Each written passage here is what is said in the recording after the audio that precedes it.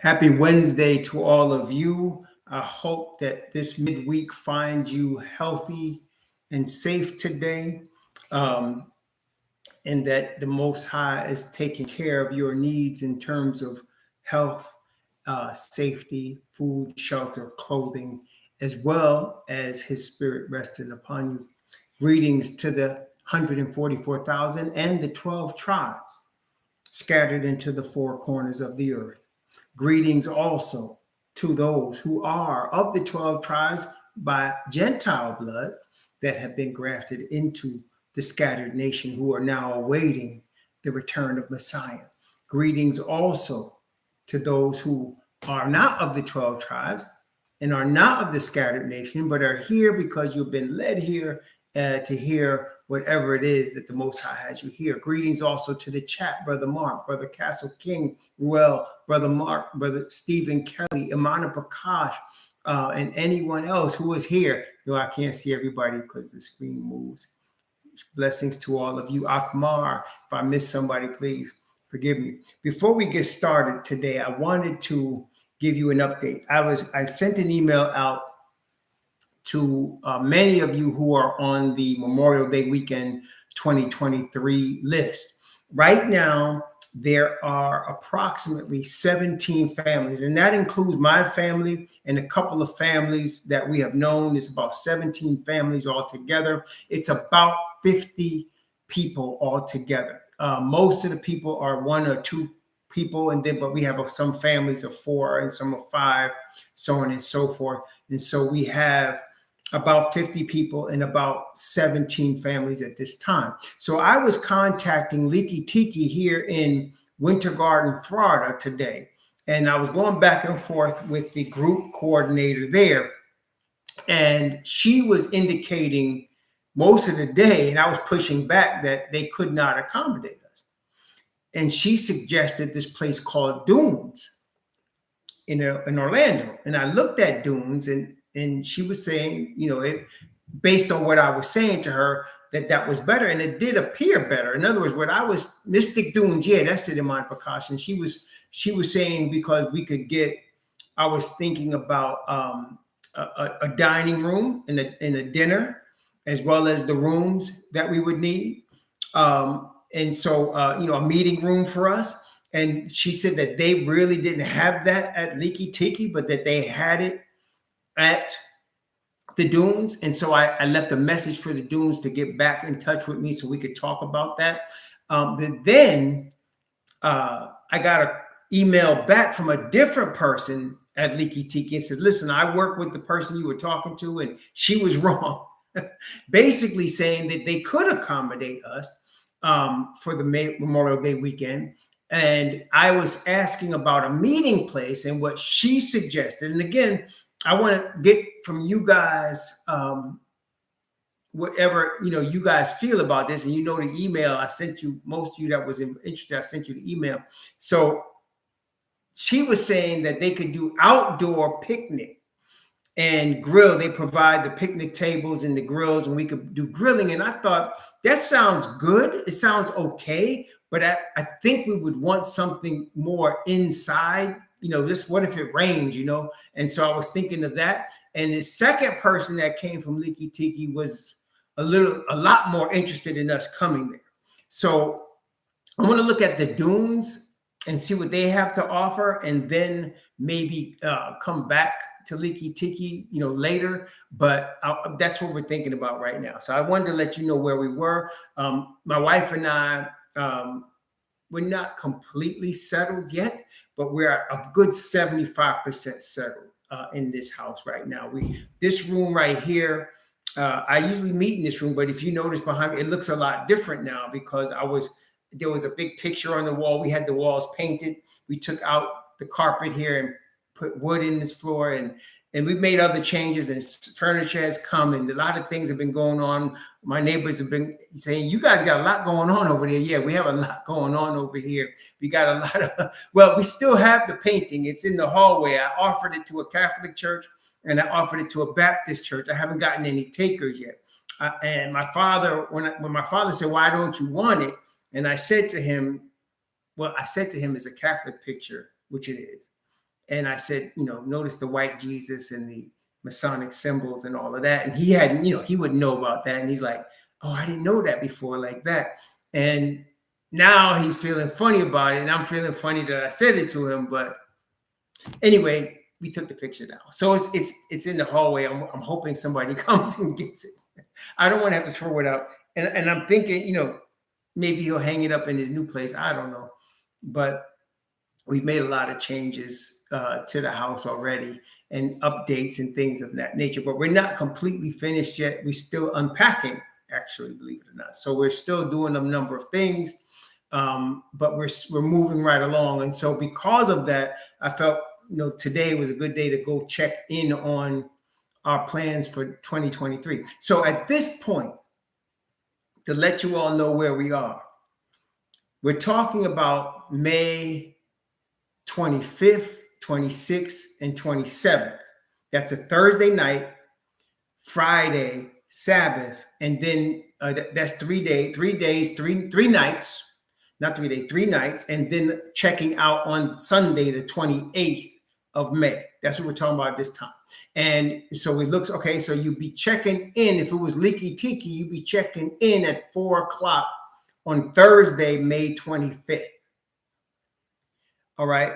And then we'd be checking out Sunday morning at 10 a.m., which is the 28th. And my wife and I like that. I'm not trying to be selfish, but I'm telling you the rationale is because Memorial Day is the Monday. And we like to have a day, of recovery before we go back to work, right? So that's why we did it that way. We always, whenever we go out somewhere, whenever we go on a trip, my wife and I, we always schedule a day, a recovery day. And so we schedule that so that we can recover before we go back to work. And so here on that particular weekend, Memorial Day is that Monday, the 29th. So we'd be coming back Sunday and have everybody coming back Sunday. And that way you get a chance to get back home also, and you get a recovery day from the weekend's activities. And so that was the rationale. Now, at this point, it's $150 per night. So it would be $450 per family. Most of the rooms hold at least 4 people, most of the rooms. So what you have is it's an apartment, and you have a kitchenette, a pretty nice sized kitchen, actually. You have a full bath, you have a bedroom, and then you have every room has a convertible couch that folds out as well. And it's in the living room, and they have a formal living room. And so you have all of that. Then usually they also have balconies as well. So you have all of that. And this is in the Leaky Tiki facility. I haven't looked at the Dunes one yet, but we're talking about $450 per family is what it looks like for the 3 nights there. It is pet friendly as well. And so, it's definitely pet friendly. I don't know if there's an extra fee for that. I have to look that up, Chaplain Lewis, but it is pet friendly as far as Leaky Tiki is concerned. So I'll look that up for you. That's a good question. So I wanted to give you guys the update on that. And I'm going to continue. Like I said, I'm going to look at the Dunes and see what they're offering, and see what happens and how we can work that out, so on and so forth. But that's basically what we're looking at right now. Now, the $450 does not include the Florida state tax. And I'm not sure what the rate is on with the state tax rate. I'm not sure what it is, but that doesn't include that. And so I want you to make sure y'all understand that. Also, the way we're setting this up is each family. Now we're going to get a block of rooms designated for us. And that's why I really need y'all to let me know if you're going to be coming, because you're going to have to call in under Raw Hebrew Remnant and book the room under that title and your family. Okay. Each one has to call in. You have to call in. I'll give you all the information. And if you need a bigger room, let me know. But at this point, it looks to me, the smallest rooms, they have studios, but I haven't seen that. I've been in the 1-bedroom one. It's a pretty large apartment for, definitely a family of 4 can easily be accommodated in it. It's obviously, if you're less than that, you could easily be accommodated as well. And we'll go into more details as we decide if we're going to go with Leaky Tiki or Dunes or another facility. But at this point, Leaky Tiki is looking okay. I want to look at the Dunes and make sure. It's about 7%, Ruel? Okay, about 7%. But Leaky Tiki is looking okay, but I want to look at Mystic Dunes as well and compare all the costs. So, not everybody, people don't just be having that money like that. And so that's why we're doing it so early, so that everybody that wants to come can plan ahead and try to put the money aside. Or if you have it, or you have the credit card or whatever, you can take care of it as soon as possible, because they are going to be blocking off a bunch of rooms for us. Okay. And I'm sure they talked about some sort of deadline. We didn't know about a specific date yet, but there will be a sort of deadline for everybody. So we'll go into those details. And again, Chaplain Lewis, that's a good question about pet friendliness. I'm pretty sure Leaky Tiki is. I don't know about the Dunes, but we got to double check that. We got to double check that for y'all. Okay. So if you have any questions, if I didn't cover, and it's very well, I might not have covered everything, please email me, rawhebrewremnant12 at gmail.com, rawhebrewremnant12 at gmail.com. And I'm going to put it in the description box for y'all. Just email me if you have any questions, or if you're not yet on the list. Everybody, all of you guys that have specifically said you wanted to come, I've already got you in a file, and that's why I know how many fans we have right now. We have about 17 families right now. And, if there's more, fine. But if you're not, or if you change your mind, let us know. But we have that, and it looks like there's about 51 people all together. Okay. Yes, you did, Imana. You did. I got you in there. You did. Yeah, you did. Anybody that said at all during the course of this past year, since we put this out there, that you wanted to come, you're on Memorial Day weekend folder already. So Imana Prakash, you're in there. I got you in there, and I got 3 of y'all. Yeah. And I got 3 of y'all, you and your wife and your son. I got all of y'all already in there. So, there's that. All right. And like I said, if you got any questions, rawhebrewremnant12 at gmail.com. Again, I'll put that in the description box, and you can email any question you have or any issues you might have or whatever. Just about Memorial Day weekend 2023. That's what you want to talk about. Okay. So that's that business. I wanted to get that out the way. Now, current events. I want to look at 1 John, which is one of the last books. It's really an epistle, 1 John. It's not really a book, but it's one of the last books of the Bible, 1 John.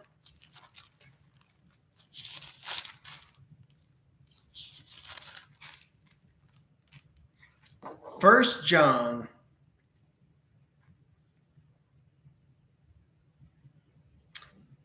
I think I read this recently too for y'all, but it's appropriate now. But let's look at 1 John. I'm going to begin in 1 John chapter 2, and I'm going to begin at verse 15.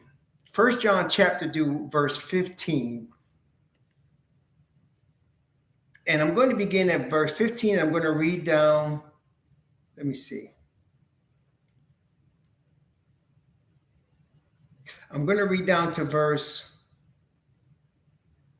18.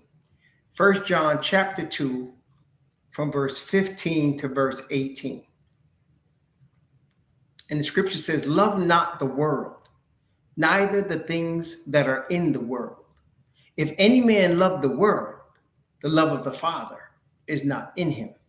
For all that is in the world, the lust of the flesh, and the lust of the eyes, and the pride of life is not of the Father, but of the world. And the world passeth away, and the lust thereof, but he that doeth the will of Yah abideth forever. Little children, it is the last time. As ye have heard that Antichrist shall come, even now there are many Antichrists, whereby we know that it is the last time." When I was a Christian, they gave us the church definition of what the world was. And they talked about worldly dressing and worldly music. And they gave us examples of that. And it hurt me because they made me put away music that I liked, right? Especially in the 80s. I like the way rap was coming along, and I like R&B, and they had me, oh, that's worldly music. Put that music away. That's worldly music. But as I have, again, read the Bible through, and again, this is my 20th reading of it, and I've read it the last 19 years, excuse me, 18 years in a row, and this is my 20th reading. I have learned what the world really is. And it's not about necessarily how you dress or what music you listen to. It says what it is right here. Lust of the flesh, lust of the eyes, pride of life. What does that mean, lust of? Does that mean you can't look at a woman and really think she's beautiful? Lust of the flesh? It's more than that. It's actually taking an action and going after what your flesh wants, regardless if it's right or wrong. Does that make sense? That's lust of the flesh. It's actually going after. Now, it starts with a thought, but it's actually the action of going after what you want, what your flesh wants, which is a sinful flesh, regardless if it's right or wrong. So lust of the flesh would mean not only am I noticing a woman is beautiful, but I go get a number and I try to hook up with her. That's lust of the flesh. Okay. Lust of the eyes, very similar, although it doesn't necessarily have to be a woman. It could be anything I want. I want your house. I want your car. Or I want a house right now because I want it, because it makes me look better. It makes me look more impressive. It makes me look rich. That's lust of the eyes. Pride of life. I can never be wrong. I can never admit I'm wrong. I can never admit I made a mistake. See, pride. I must always be right. No matter what the book says about all have sinned. My problems are always somebody else's fault. Never mind. Pride of life. So it's more of an attitude and a spirit than anything specific. Does that make sense, y'all? It's more of an attitude and a spirit. Now, with that in mind, the things of this world, of this system, okay, also when we're talking about the world, we're talking about the things of this system. We know that this system is, the Bible calls it Babylon. Okay, let's look at it in Revelation chapter 18. In Revelation chapter 18, it discusses all nations drinking of the wine of Babylon. Okay. In fact, let me go to chapter 17, Revelation chapter 17, because it starts with the great whore. Okay, it starts with the great whore. So it includes the great whore, and you're going to see everything else included with it. So let's take a look at Revelation chapter 17. Revelation 17, I'm going to read verse 1 and 2. Revelation 17, verse 1 and 2. And there came one of the seven angels, which had the seven vials, and talked with me, saying, Come hither. I will show unto thee the judgment of the great whore that sitteth upon many waters, with whom the kings of the earth have committed fornication, and the inhabitants of the earth have been made drunk with the wine of her fornication. So the great whore has included all the kings, all the leaders, the governments of this planet are in bed spiritually with the great whore. The great whore is a religious power that is also a government unto itself. It's a religious power that is not only a religious power that reaches all over the earth, but it's also its own government. We have fingered that according to Daniel, the book of Daniel, when we studied the book of Daniel, that starting at chapter 2 and going all the way through, it's Rome. It's the Vatican. It's a religious power of worldwide import, and it's a government. The Vatican is its own government. Okay, so that the Pope is not only the head of his church, a 1 billion member, they say church, which stretches into the Supreme Court of the United States, into the White House, into business, into all other governments, but he's also the head of his government, the head of his state. There is no other human being on planet Earth that has those two titles, the head of a whole religion. Not just a member of the religion. Some people might say, well, it's Islam. No, Islam doesn't have one head of its religion. The head of its religion is dead. His name is Muhammad. That's what they say. He's our prophet. Well, he's dead. And there's no other person taking his place. There's many Muslim leaders or Muslim adherents that run countries that favor Islam for sure. But there's none with one man as its head of government and one man as the head of its whole religion. That is the office of the Pope. That is the Vatican. That is telling us that all nations, the kings of all nations, have drunk of that wine. So that means that all of it is Babylon. And she says on her forehead, verse 5, mystery, Babylon the Great, the mother of harlots. Okay, mystery, Babylon the Great, the mother of harlots and abominations of the earth. That's Revelation chapter 17, verse 5. In the Bible, when it talks about abominations, it's talking about religion. It's talking about worship. She's the mother of all false religions and worship, the mother of it, the queen of it, the top of the pile of it. Okay? Now, it also includes business. Revelation chapter 18. Revelation chapter 18. Revelation chapter 18, verse 3. Revelation chapter 18, verse 3. For all nations have drunk of the wine of the wrath of her fornication, and the kings of the earth have committed fornication with her. And notice, and the merchants of the earth are waxed rich through the abundance of her delicacies. So now you see business, you see government, you see religion. All of it together in this modern system that we're in is Babylon. Now, a major part of Babylon, and I think you would agree, even if you disagree with everything else I just said, most people would agree. A major part of Babylon is its media power. Its media power. Media, where you get the term medium. What is a medium?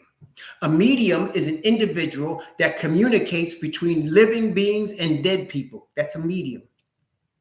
Have you ever heard of a medium?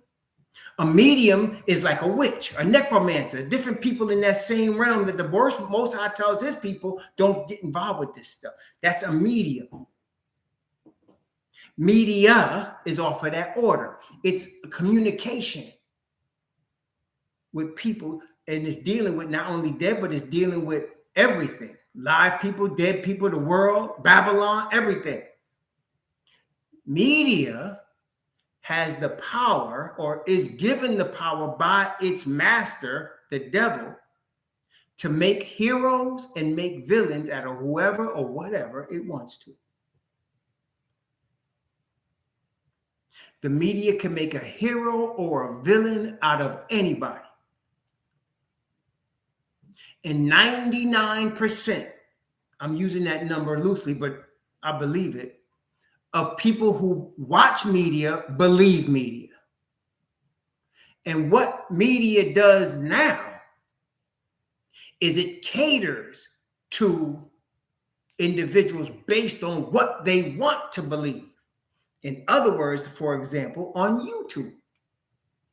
If you watch a video on YouTube, right? Have you noticed when you watch a video on YouTube under any subject, you will get suggestions for that subject coming back at you. If you notice that? Or if you even go to a store or you look up something on Amazon, you will get suggestions for that thing coming back at you. And what's that's doing? That's saying, oh, you like this? Let me give you more of it. And that's what media does. Okay. So they say, oh, you like this? Let me give you what you like. Let me give you more. So in other words, if you are a liberal or a Democrat or whatever, the media is going to have a certain programs, a certain topics that's going to appeal to you. If you're a Republican or a conservative, they're going to have certain program stations, topics that appeal to you. The truth is both of them are lying, but the people that want to hear the Republicans are going to believe everything that they say is true. And the people that want to hear the Democrats are going to believe everything that they say is true because that's what they want to hear. So that media is always lying, but now it has tailored the lies based on what? The lust of the flesh, the pride of life, the lust of the eyes. So that whatever a person wants is what it's being shown. And that's what they'll begin to believe, even if you just wished it to be true. For example, there's been a lot of media talk about removing the history of slavery from the schools. Have y'all seen that? Removing the history of slavery from the schools. In other words, not teaching the history of slavery. Now, they call it different terms, but that's basically what it boils down to. They don't want the true history of slavery in schools being taught. I think they call it critical race theory. Have you heard that term? They even made a term for it. And they'll do that. They'll make terms up for it. Critical race theory. And what they're saying is we don't want to hear about the history of slavery in the United States. And we don't want it being taught in the schools. Okay? Because that goes against what certain people want to hear. Now, the thing about this book, please read it. Start in Genesis and read through the Revelation. And then when you finish doing that, start again in Genesis and read through the Revelation. The thing about it is it tells you exactly what it is. Like Israel is the chosen people, but it tells you all their sins.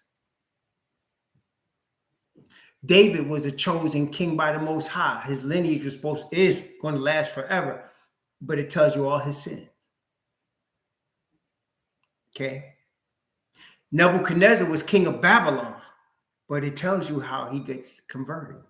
It doesn't leave anything out. It doesn't sugarcoat anything. It tells you exactly what it is. Okay. We're all sinners. All of us are our own person to blame. And then we also sin because of who we are from our fathers. It tells you all of that. You can't escape that. Okay. According to this book. It doesn't sugarcoat anything. But because people don't like everything it says, they'll say stuff like this. Oh, we're only New Testament believers. Or all of the Apostle Paul's writings are not inspired. None of those writings are inspired. Or we only really follow the first 5 books of the Bible, the books of Moses, because they don't like what else it says. And that goes along with what's happening now in the whole world with regard to media. Why do I bring that up? Well, here's a semi-strong statement. You ready? If media likes something, there's a very high probability the Father hates it. Did you hear what I just said? If media likes something, there's a very high probability that the Father in heaven hates it. Because media is a lie. And our Heavenly Father is not just where truth originates. He is truth. And his son Messiah is representation of him as the truth.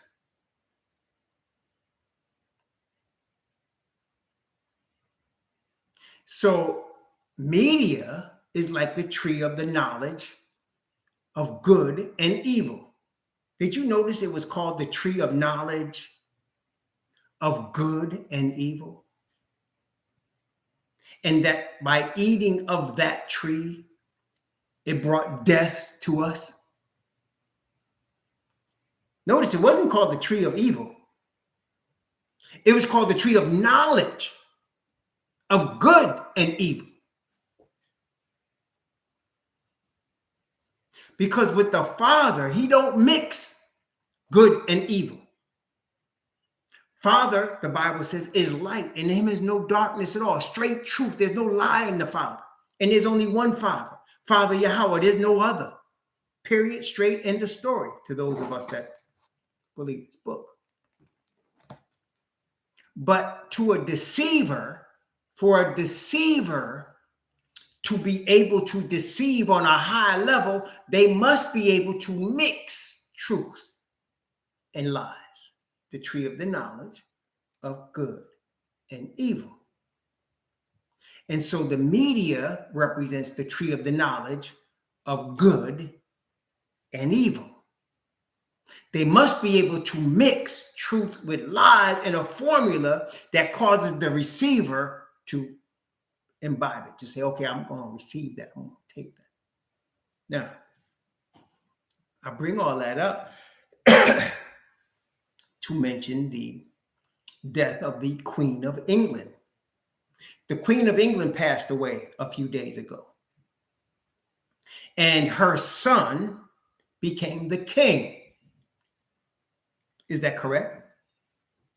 I mean, you must have heard about it because it's in every media outlet. It didn't matter if it's right or left or whatever, whatever religion it is, they all talk about it. Which should tell you, if you are a follower of this book, there's already a problem. There's already a problem. Just by the fact that it's blanketed on all media outlets. That's already a problem. Just logical, right? But wait a minute. Let me ask you a question. Are you ready? Chat, y'all ready? Ready for the question? Here go the question. You ready? What determines in England who's a queen and a king and who's royalty? What determines who's royalty in England? What determined that Miss Elizabeth was Queen of England? Oh, so they go by bloodline. Okay, let me ask you. According to this book, is the Queen of England and the King of England now, Charles, are they in the holy bloodline in this book? Are they in the holy bloodline of this book? According to this book, are they a holy bloodline? Okay. All right. So they're not mentioned in this book as a bloodline. I think we all agree with that, right? And the media has them everywhere. So let me just put this as nicely for YouTube's sake as possible. Does the Father in heaven and the third heaven intelligences acknowledge that bloodline? Do they acknowledge that bloodline? I would tend to think not. Now, okay, let's take it a step further. So we have established certain things. That royalty in England is based on bloodline. But that bloodline is not mentioned here. as a holy seed. Media lies to us, and this particular bloodline is all over media. Can we take this a step further? Can we surmise from that logic that if Father Yah accepts a bloodline, media would hate it? Can we make that logic? Does that make sense? So in other words, if the Father in heaven says, I love a particular bloodline, can I logically conclude the media of Babylon would hate that bloodline? Okay. Let's take it a step further now. Here's a second question for you. According to this book, who are the chosen nation? What is the chosen nation called according to this book? What is the chosen people? What are they called according to this book?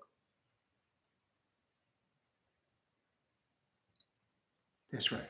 They are Israel, Hebrew Israelites. And I think it's important, brethren, we can say Hebrews, because we know we bruise, right? But let's take it a step further and say Hebrew Israelites. Why do I say that? Again, I'm trying to teach so that y'all could teach, right? So look, why do I say Hebrew Israelite? Where do Hebrews come from? Let's take a look.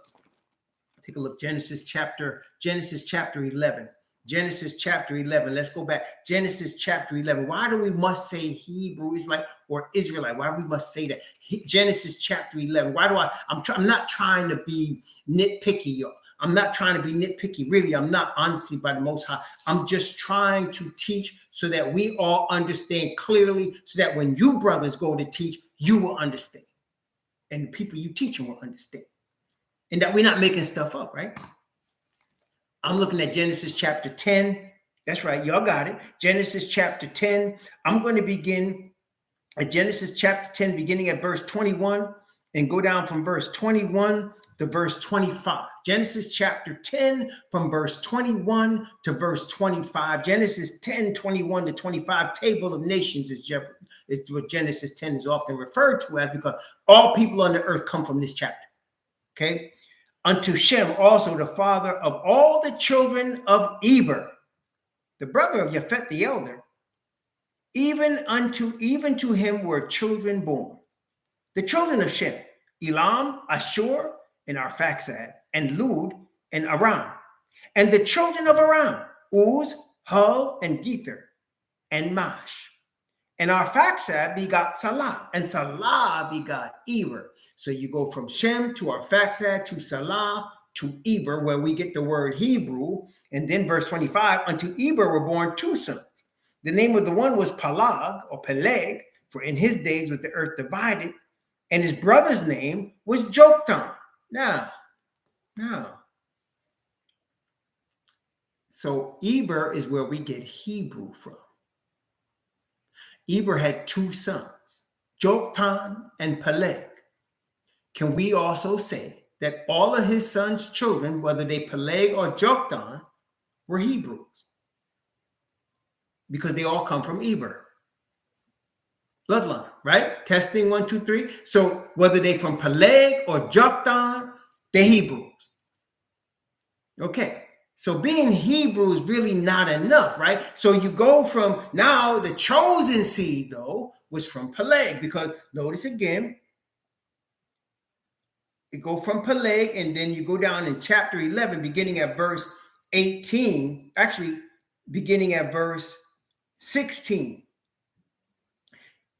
Genesis 11, beginning at verse 16. I'm going to read from verse 16 down to verse 19. Okay, and Eber, and it's no coincidence the Bible is going through this lineage. And Eber lived 430 years and begot, 430 years and begot Peleg. And Eber lived after he begot Peleg 430 years and begot sons and daughters. And Peleg lived 30 years and begot Reu. Now, it goes all the way down to Abraham. So now all of these children, just like Joktan's children, are Hebrews.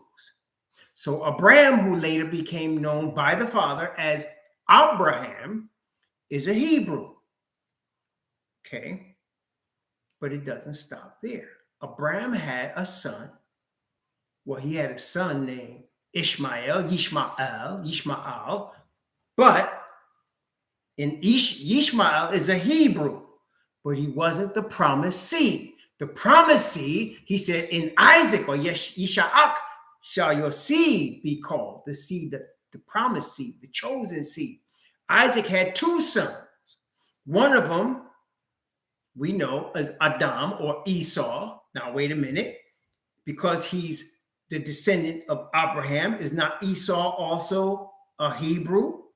I mean, the bloodline of Esau. He come from Isaac, who come from Abraham. He's a Hebrew, right? He's a Hebrew.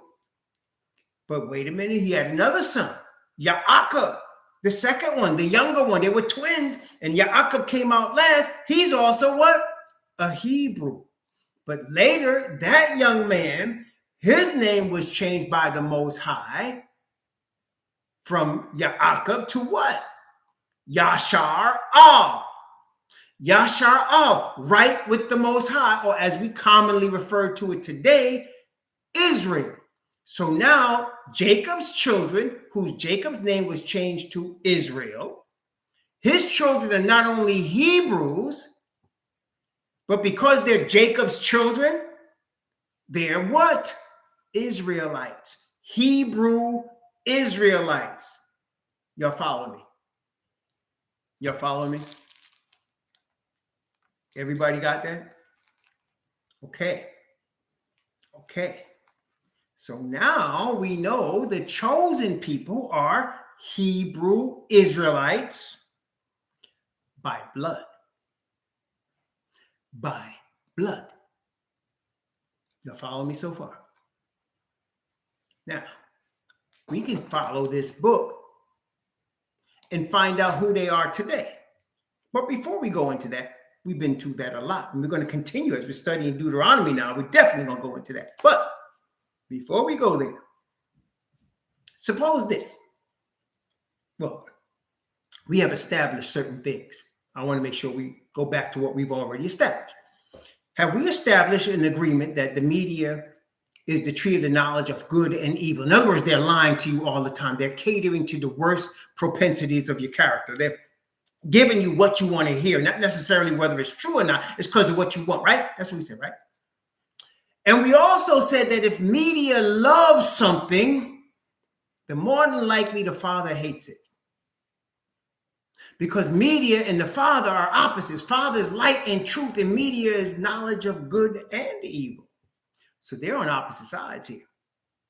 Father is the origin of truth, and he is truth, and he is righteousness, and there's no other God but him. Therefore, if there's something else out there, right? Okay. We've also established that if the media loves a bloodline, Father doesn't. Okay. Supposing media declares, I'm going to just say it this way. I'm going to be real nice about it. This is going to be rated G for YouTube. Okay, you ready? Suppose there was these purple people, and media said, this is the true chosen of the most of God. This is the Israelite people. These are the Hebrew Israelites. These purple people are the Hebrew Israelites.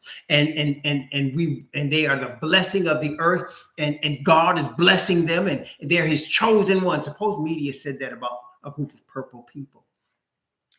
Would we be able to surmise right away that's a lie? Would we be able to surmise immediately that is an outright lie? Just based on what we know about media?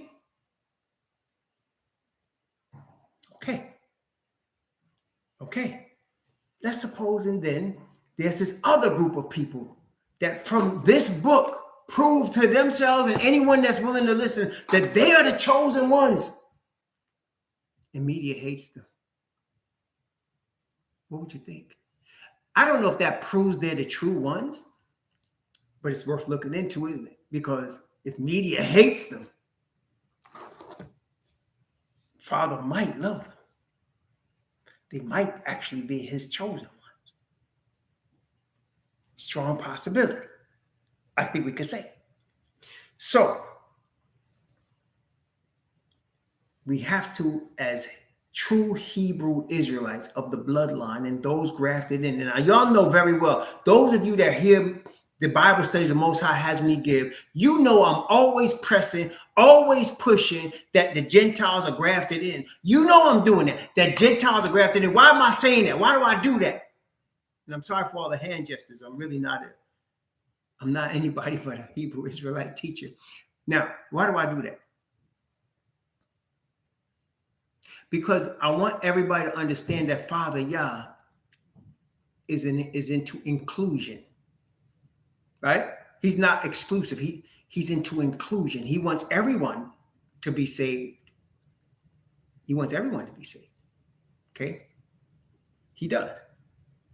But at the same time, we cannot deny that he has a bloodline, a promised bloodline. Correct? That he has a promised bloodline. Okay? We can't deny that. That he had, in fact, let's look at a couple of scriptures, right? We know, let's look at a couple of scriptures just to make sure. Okay? Just to make sure. Deuteronomy, the book that we're in, Deuteronomy.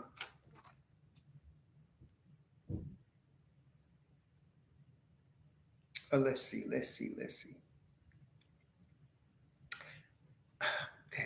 This just too, okay. Man. All right, I'm going to begin at chapter 4, and I'm going from verse 27, down to verse 34. Deuteronomy chapter 4, 27 to 34. Ready? In the book of Deuteronomy, it begins, these words, Adabarim. It starts off saying this is between Moses and Israel. Like Moses is giving this message to Israel. So the whole book of Deuteronomy is a message to Israel. Remember that. Verse 27. And Yahweh shall scatter you among the nations, and ye shall be left few in number among the heathen, whither Yahweh shall lead you. And there ye shall serve gods, the work of men's hands, wood and stone, which neither see, nor hear, nor eat, nor smell. But if from thence thou shalt seek Yahweh thy most high, thou shalt find him, if thou seek him with all thy heart and with all thy soul.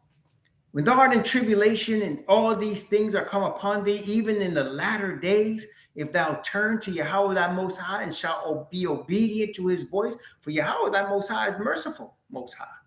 He will not forsake thee, neither destroy thee, nor forget the covenant of thy fathers, which he sware unto them.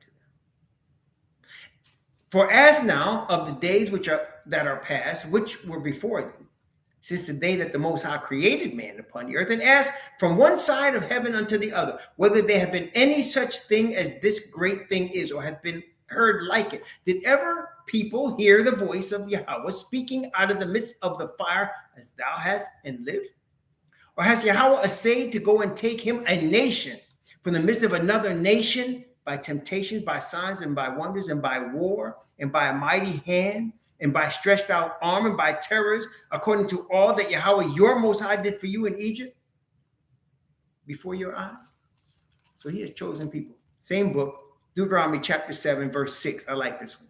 Deuteronomy 7:6. For thou, you Israelites, my blood, thou art an holy people unto Yahweh thy Most High.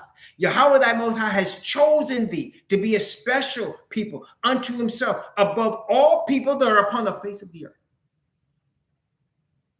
I think it's pretty clear. I like Amos too, though. Amos chapter 3. Amos chapter 3. Amos 3. We like this one too. Amos chapter 3.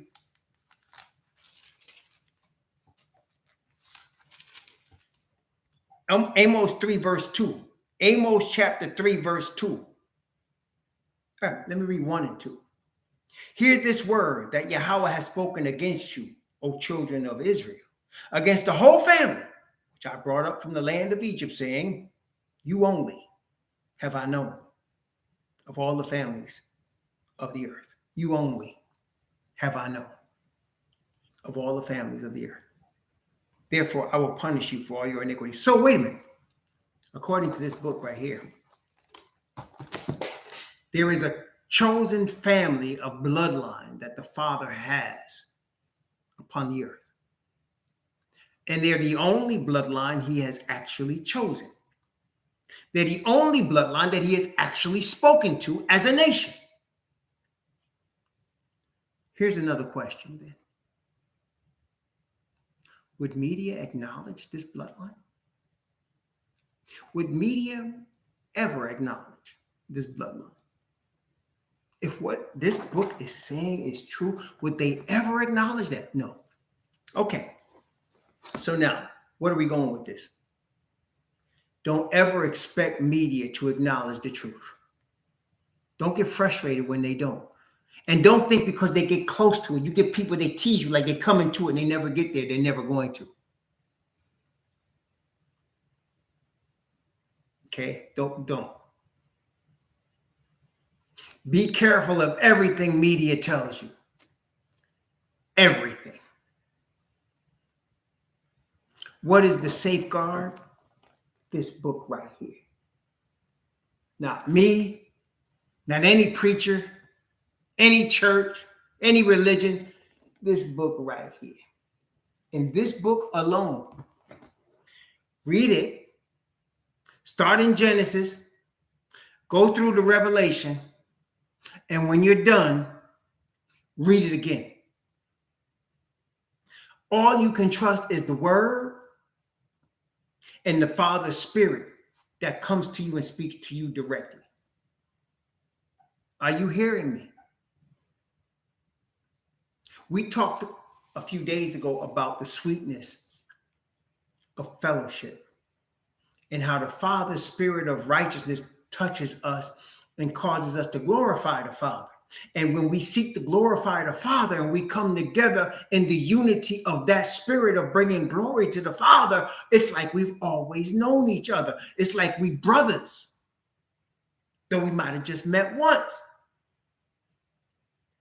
Because of the Father's Spirit. That same Spirit, as we read this book for ourselves, let him speak to you in this book. Let his Spirit talk to you. It will keep you, guide you, direct you, and cause all like you to be brothers and sisters. But just know this. When you understand that this book is truth and you start understanding truths from the book, you should understand media will never, ever acknowledge you to be true. Ever. Okay? Therefore, we can know now what we can expect going forward. Back to Revelation 18. What do you mean, brother? What do you mean what we can expect? Back to Revelation 18. I'm going to start at verse 1 and 2. Revelation chapter 18, verse 1 and 2. Okay? Media is very powerful. I mean, the truth is it's powerful. Don't underestimate the fact that media is powerful. Okay? Revelation chapter 18, verse 1 and 2. After these things, I saw another angel come down from heaven, having great power. And the earth was lightened with his glory. And he cried mightily with a strong voice, saying, Babylon the Great is fallen, and is become the habitation of devils, and the hole of every foul spirit, in the cage of every unclean and hateful bird. Now, I want you to not notice what it says. It says it had great power. The angel had great power. We know from the book of Revelation how messages are given to the chosen people. The revelation shows us it's the revelation of Jesus Christ, which Yah gave unto him. The revelation of Jesus Christ, which Yah gave unto him to show unto his servants things which must shortly come to pass. And he sent and signified it by his angel unto his servant, who bear record. How does it happen? Father gives it to the Messiah. Messiah sends who? An angel. The angel gives the message to the earthly servant of Yah. And the servant bears witness of the message. That's the way all the prophecy and everything that comes to us comes, brother. Okay? When you see the prophets of the Hebrew Israelite prophets, Isaiah, Jeremiah, Zechariah, Moses, Abraham, that's how it happened to all of them. Father sent a message through Messiah by an angel that brought it to the earthly servant who bore witness. Everybody that we read about, whether it's Ezekiel, Zephaniah, Zechariah, Amos, they're bearing witness of what the Spirit gave them by an angel. Okay? They're bearing witness. Okay. So this is a message that came from Father that's coming to the earthly servants in the book of Revelation. We know who they are, 144,000, and they're bearing witness of the message. The earth was lighted with his glory. What can we expect when the earthly servants bring power that covers the earth with the Father's message? What can we expect, brethren? That's a question. What can we expect from media when this message is given with the power of the Father and the earth hears it? What can we expect? What can we expect? Yes, anything negative you can imagine. Anything negative you can imagine. Okay? Everything and everything negative that you can imagine is going to be. Now, brethren, this is why I'm continually telling y'all to read your Bible and pray. Listen to me carefully here. In fact, let me show you the word. Never mind me. Let me show you the word. 2 Chronicles chapter 20. 2 Chronicles chapter 20. Let me show you this. 2 Chronicles chapter 20.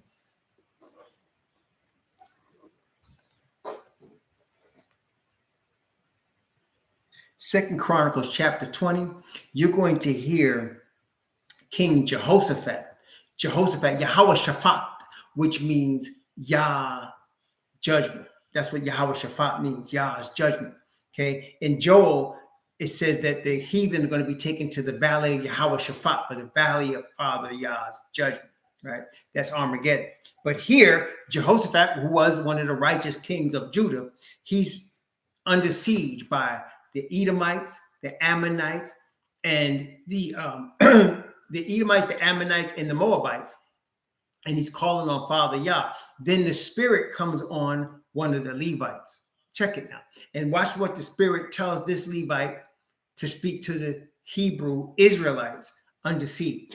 In 2 Chronicles chapter 20, I'm going to begin at verse 11, and I'm going to go down to verse 15. 2 Chronicles chapter 20, from verse 11 to verse 15.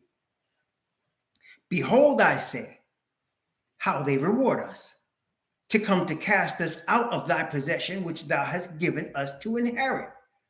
O our Most High, wilt thou not judge them? For we have no might against this great company that cometh against us.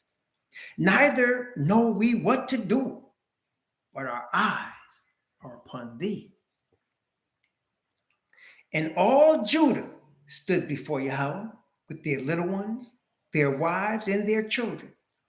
Now watch. They were trusting only Yah. They had nobody else to call on. It was all against them. Then upon Yahaziel, the son of Zechariah, the son of Benaiah, the son of Yaal, the son of Mattaniah, a Levite of the sons of Asaph, came the Spirit of Yahweh in the midst of the congregation. The word congregation is another word that they modernly call church. In the midst of the church, right? That's what congregation is, or assembly, in the midst of the assembly, right? So this Levi, the Spirit of the Father came on him in the midst of the assembly, right? And he said, hearken ye all Judah, and ye inhabitants of Jerusalem, and thou, King Yahweh Shaphat. Thus saith Yahweh unto you, be not afraid, nor dismayed by reason of this great multitude, for the battle is not yours, but Yah's. Brethren, let us remember this. Our preparation is of the Father. It's with our permission. That's what we're doing. We're giving Father permission. We're asking Father to prepare us. We're coming to him and asking him to send us his spirit of perfect righteousness, to guide us in his eternal wisdom and truth and understanding. And we're studying him in his word for his will, that we might be covered in his perfect righteousness, that we don't sin against him. But make no mistake, our preparation is not ours, it's his. And that's why I say pray, brethren. I've tasted just a little bit back in the 90s when I was dealing with a pro basketball player, and my name was in the papers for about a week. And I had media all up in my face. And brethren, it wasn't fun. And I just had a little less than 15 minutes of fame. Call it 3 minutes. But I got a little taste of what it's like to have them cameras and them people coming up to your house and calling you and hounding you and being negative about you. It's a little taste. And so it helped me understand, even that little taste, there'd be no way I could stand against a media onslaught that's going to come against me and against y'all if we stand for this truth. There's no way. We must remember and understand the preparation is not of us, it's of the Father. You know, the scripture says, it is Yah that made us and not we ourselves. It is Yah that caused us to be born again and not we ourselves. We didn't cause ourselves to be born again. Father Yah put his spirit on us and caused us to be born again. Right? So the preparation is of Yah, but we need to look to him to learn as he's teaching us in these days, these last days. He's teaching us, all of us, to trust him. And we must learn to trust in that spirit and in that word. We must learn to trust him, because then, brethren, it's going to come at us. And brothers, let me tell you this. It's going to purposely, just like here in 2 Chronicles chapter 20, the Most High allowed an army that was too strong for Israel to come against them.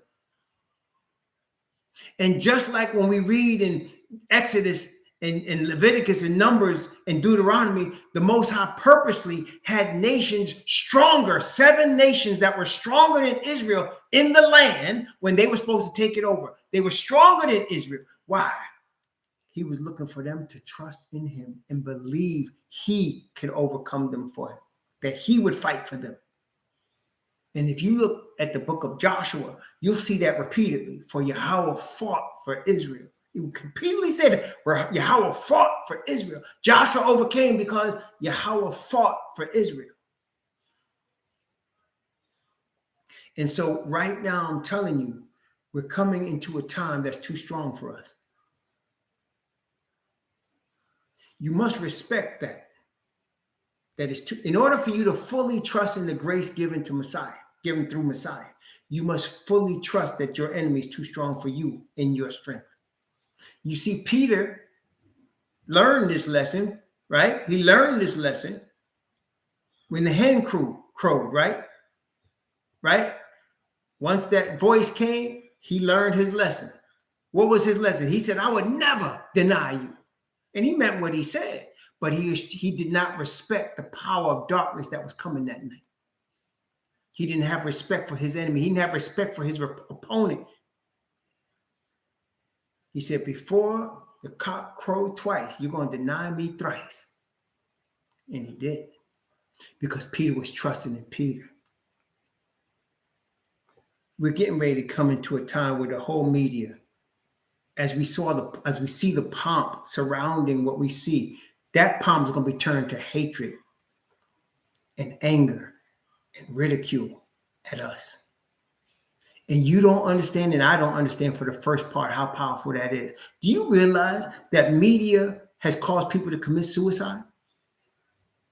People that couldn't take what was coming at them, the way it was coming at them, caused them to kill themselves. And I'm not saying, suggesting any of us would do that, but I'm saying that's how powerful it is. And when we recognize that it's more powerful than us, we can turn to an entity, a being, a power that's more powerful than them. That's Father Yah. We can turn to an entity, a spirit of perfect righteousness that's more powerful than anything they can deal with, that they can't deal with. That there's no power available on planet Earth to deal with the Father. The same Father that fought for Israel is sending a sword-carrying Messiah on a white horse to take care of business. But he's going to test us first before we get to that point. Deliverance is going to come. But it's going to be at the last minute, just like it was with Gideon, with Joshua, with all of the fathers before us. And it's going to look bad for us. But just remember, the victory is not in your strength. The victory is in Father's strength. Media is powerful. It is. But it's not powerful enough to overcome Messiah Yahushua and Father Yah. It's not.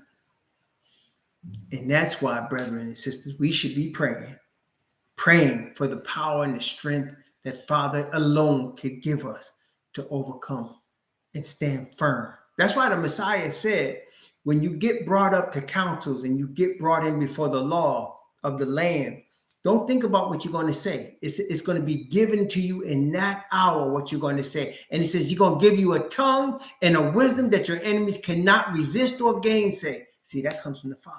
You have to see the Father, our Father, Yahweh. He's already the future. He is the Ancient of Days. There is no wisdom above him.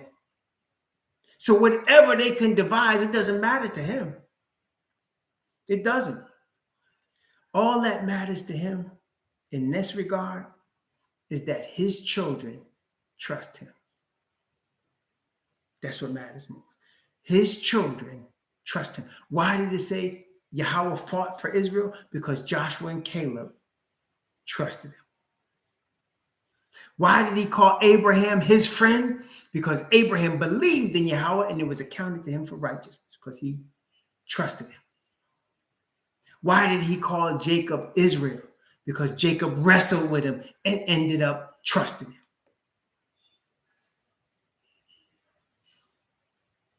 That's us. Brethren, we're the children. It's our turn.